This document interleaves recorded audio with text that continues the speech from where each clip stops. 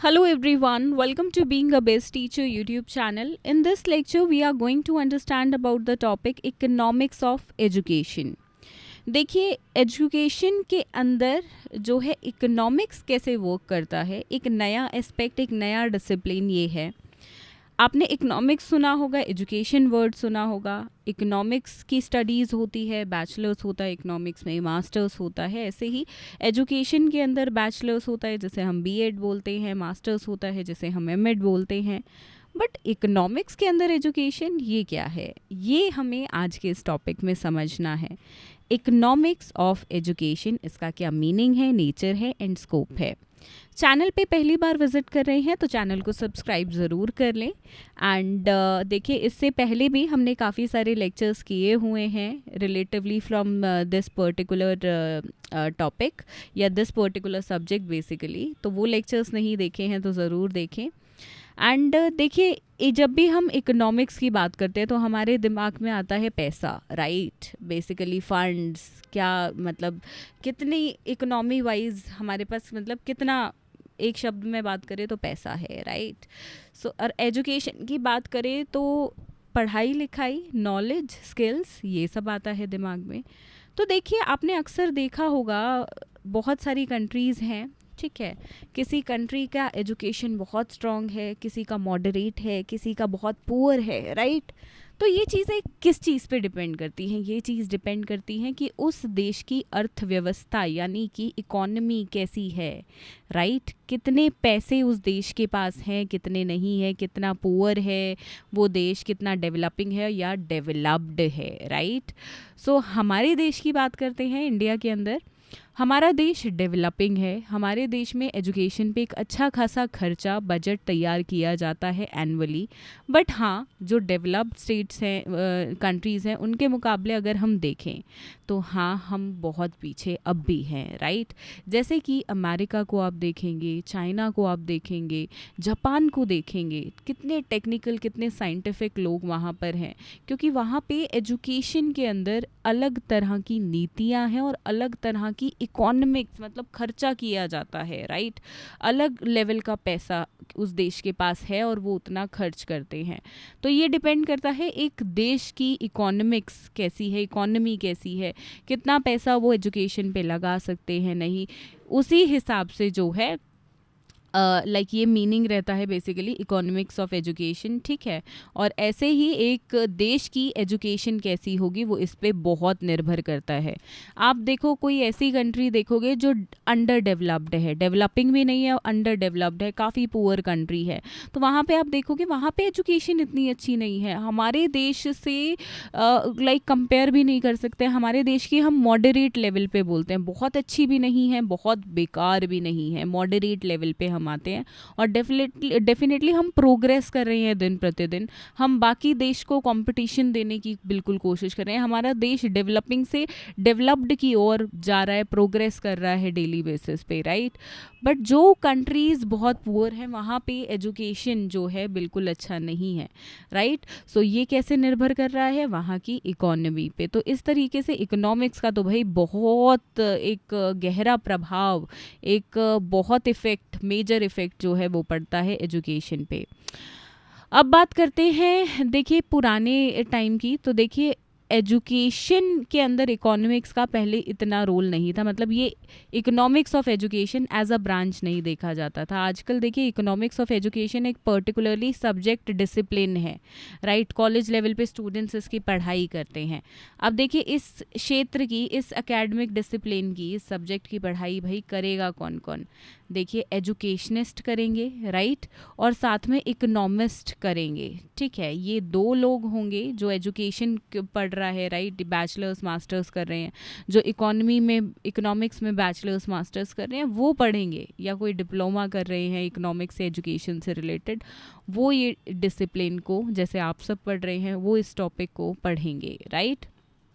Okay देखिए किस प्रकार का एजुकेशन पैटर्न होगा, कितना सिस्टमैटिक होगा, बाकी कंट्रीज़ के मुकाबले कितना स्ट्रॉन्ग होगा, कितना नहीं होगा, कितनी इन्वेस्टमेंट वहाँ पे एजुकेशन पे की जाती है, वो इस देश की किस पे अर्थव्यवस्था पे जो है बिल्कुल निर्भर करता है। ये हमने बखूब तरीके से समझ लिया, राइट। इंडिया का एग्जाम्पल देते हुए आप लिखें, एक डेवलप्ड कंट्री का एग्जाम्पल आप देख सकते हैं और अंडर डेवलप्ड का भी दे सकते हैं। अदरवाइज अपनी कंट्री का एग्जाम्पल देते हैं तो that's more than enough, right. Okay, now coming to the next paragraph.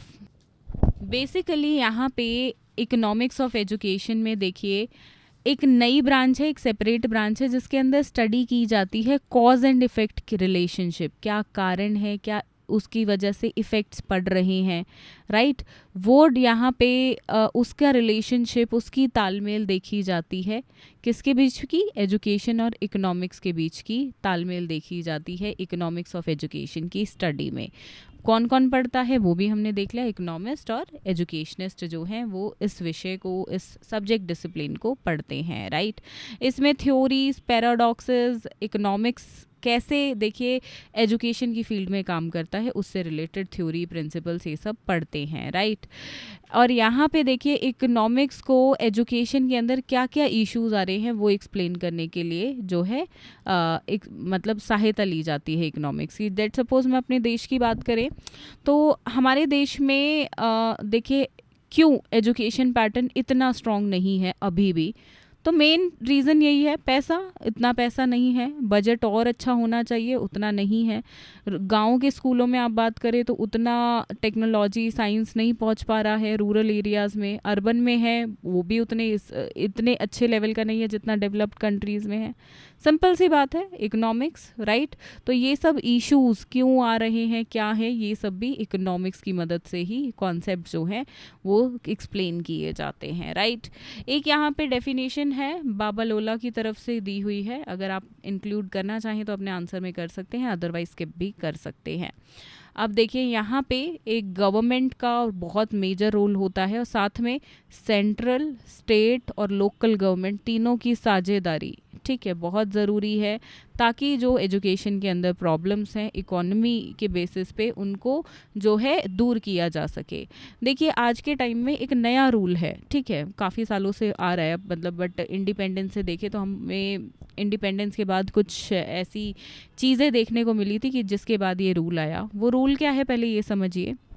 वो रूल ये है, आज के टाइम में जो भी गवर्नमेंट ऑफिस है, राइट, चाहे वो गवर्नमेंट स्कूल हो, गवर्नमेंट की कोई ऑर्गेनाइजेशन हो, गवर्नमेंट हॉस्पिटल हो, वो अपनी वेबसाइट पे प्लस उनके ऑफिस के बाहर जो बुलेटिन बोर्ड्स होते हैं उस पे ये एक पर्चा लगाएंगे कि हर महीने उन्होंने क्या खर्चा किया, क्या नहीं किया, एनुअल बेसिस पे क्या किया, जो ये बिल्डिंग है गवर्नमेंट की इसको बनाने में कितना खर्चा आया, कितना नहीं आया, ठीक है, किस चीज़ पे क्या खर्चा, मतलब कच्चा चिट्ठा उनको देना होगा, राइट। ये चीज़ क्यों आई, क्योंकि ये देखा गया कि भाई पैसा तो किसी काम के लिए दिया जा रहा था, फंड किसी काम के लिए तैयार किया जा रहा था, बजट किसी और चीज़ के लिए तैयार किया जा रहा, पर वो सही जगह यूज़ नहीं हो रहा था, कहीं ना कहीं उसका दुरुपयोग हो रहा था, फॉल्स यूज़ हो रहा था। तो इसलिए यहाँ पे ज़रूरत लगी कि भाई अब इस चीज़ को ठीक करने की बहुत आवश्यक रूप से क्या है, ज़रूरत है। तो इसलिए ये एक रूल आया और आज के टाइम में चाहे आप कोर्ट्स के बाहर देखोगे, गवर्नमेंट हॉस्पिटल, गवर्नमेंट स्कूल्स या कोई भी ऑर्गेनाइजेशन हुई, तो जो गवर्नमेंट है, गवर्नमेंटल ऑर्गेनाइजेशन, तो उन सब के बाहर ही एक अच्छा चिट्ठा या उनकी वेबसाइट पे लगा होता है। डेफिनेटली एक दो को विजिट ज़रूर करना वेबसाइट्स को, आप समझ जाओगे। एंड इन पर्सन भी अगर आप ऑफलाइन जाके, ऑनलाइन ना देख के खुद भी जाके देखते हो तो ये चीज़ आप ज़रूर पाओगे। तो इससे क्या है, देखिए जो फंड स्कूल्स की बात करते हैं एजुकेशन के लिए उनको इस काम के लिए पर्टिकुलरली मिलता था, वो उन्होंने उसी के लिए खर्च किया।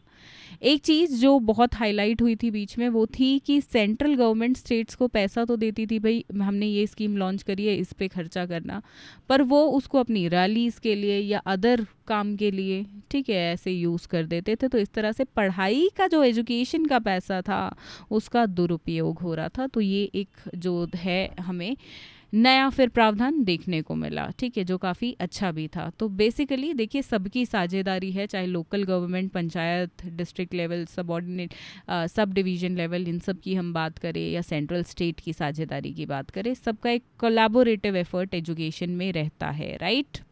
अब बात करते हैं इसके नेचर की। देखिए नेचर सबसे पहले तो यही समझिए एक नई ब्रांच है ऑफ स्टडी, राइट। पहले वरना इकोनॉमिक्स की पढ़ाई होती थी, एजुकेशन की होती थी, लेकिन इकोनॉमिक्स ऑफ एजुकेशन एक नया यहाँ पे एकेडमिक डिसिप्लिन है, ठीक है।